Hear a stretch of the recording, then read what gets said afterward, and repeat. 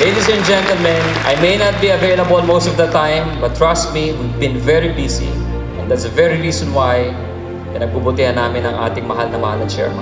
We will be opening Abu Dhabi, our second branch in the United Arab Emirates. And I would like to welcome all of you to take part in the Middle Eastern market.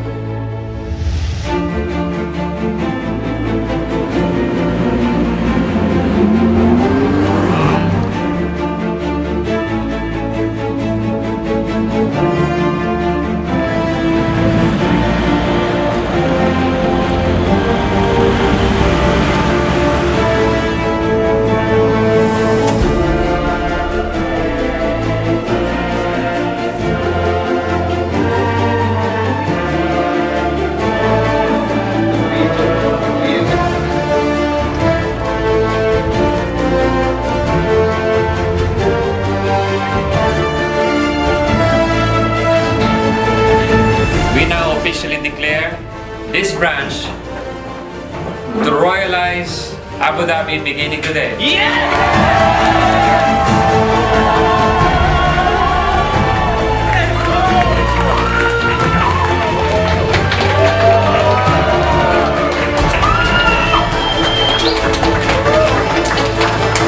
Ang ating pagbukas ng Abu Dhabi branch signifies our very real intention to grow this company the best we can.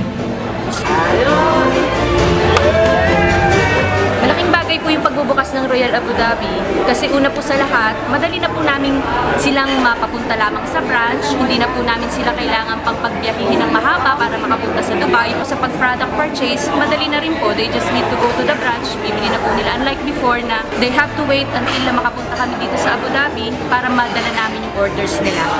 Ganun po ka-convenient na mayroong Royal dito sa Abu Dhabi. I just want to give you an assurance that we will not stop from here. Abu Dhabi is just a stopover.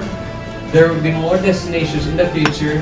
Pinag-uusapan ho natin dito, hindi ho yung tagumpay ng Royal, hindi ho yung tagumpay ni Chairman, hindi ho yung tagumpay ko. Hindi lang ho yung dami ng mga establishments na tayo natin worldwide. Tagumpay po ito ng lahi natin.